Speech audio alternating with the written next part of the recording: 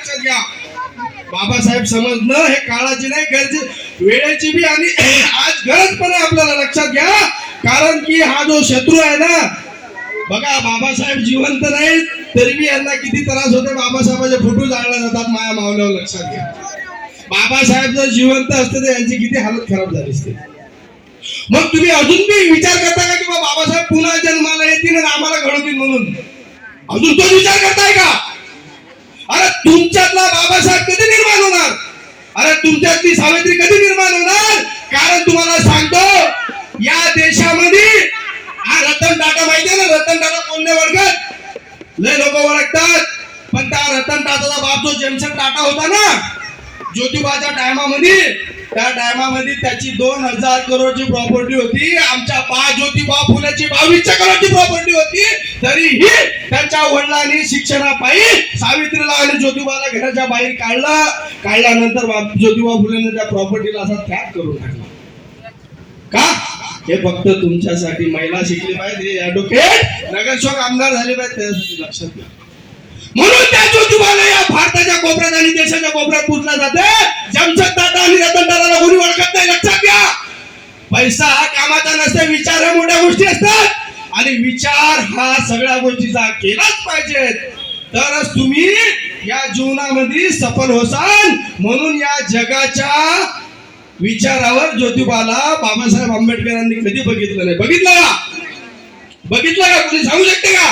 पण तरीही बाबासाहेबांनी त्यांना गुरु मानलं. सांगा बरं तुमचा पोरगा तरी तुम्हाला गुरु मानायला तयार आहे का आजच्या डेट मध्ये? बोला जोरावर बोला. मग ते बाबासाहेबांचं पुढे प्रेम असेल किंवा मी ज्योतिबा फुलेला बघितलं नाही तरीही ते माझे गुरु आहेत. कारण की ते शिकले म्हणून बाबासाहेब शिकू शकले. बाबासाहेब शिकले हा देश घडला. हा देश घडला. आम्ही घडलो आज आम्हाला बोलता येऊन राहिलं. नाही तर आमचा या लोकांनी सगळ्यांनी आवाज दाबला होता. खरं आहे की खोटं आहे? कारण आता सध्या जास्त दिवस झाले 1 जानेवारी भीमा कोरेगाव बघितलं तुम्ही माहित आहे ना. कारण ते भीमा नदी वरदून सांगत होते आमच्या महार लोकांकडे कपडे बी नव्हते घालायला. एवढं थंड पाणी कपडे बी नव्हते घालायला. तर ते 28,000 पेशव्यासोबत लढले कसे? 28,000 पेशवे.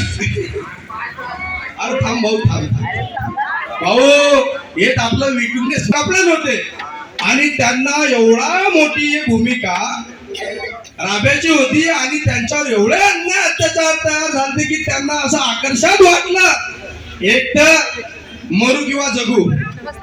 बघा भीमा नदी आता आपणच सध्या आता सकाळच्या पाण्यामध्ये थंड पाण्याने अंग नाही धुवू शकत. लक्षात घ्या. धुवू शकतो का?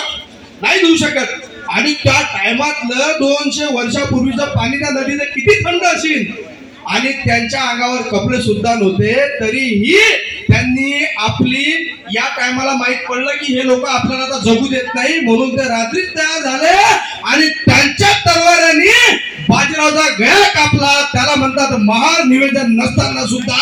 म्हणून आज आम्हाला बी हेच निवेदन करायचं आहे. आमची सरकार कशी बसील जेव्हा आम्ही नगरसेवक निवडला ना तर जरूर तुमचा आमदार येणार. जेव्हा तुमचा आमदार येणार तर खासदाराला कोणी रोखणार नाही हे मी तुम्हाला गवाही देतो. आणि तुम्हाला सगळ्यांना सांगतो माता हो बहिणी हो हे बघा हे विचार आहे ना हे फक्त आपल्या एका ताईचे नाही हे सगळं आपल्या महिलांचे आहे. म्हणून तुम्हाला माहित आहे रमाईचा त्याग बी माहित आहे तुम्हाला. सावित्री आईचा बी त्याग माहित आहे.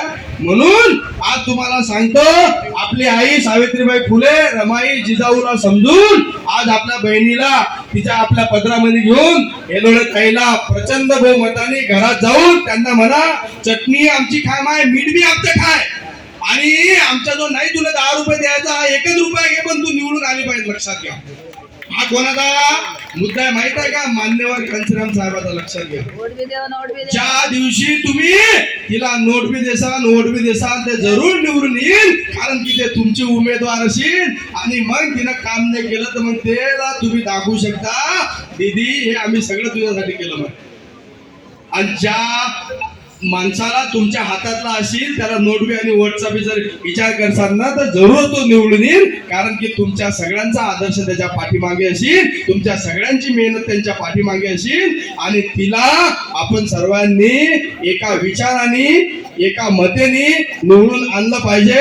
आमचे मित्र यांचं नाव विसरलो मी, पण सिंदखेड राजाहून आलेले आहेत. मी बी विकास नानवे भाऊ, कारण की मी यांच्या स्टेजवर एकदा सिंदखेड राजाला मनोज भाई सोबत मी भाषण केलं म्हणून ते मला शेखर आठवली.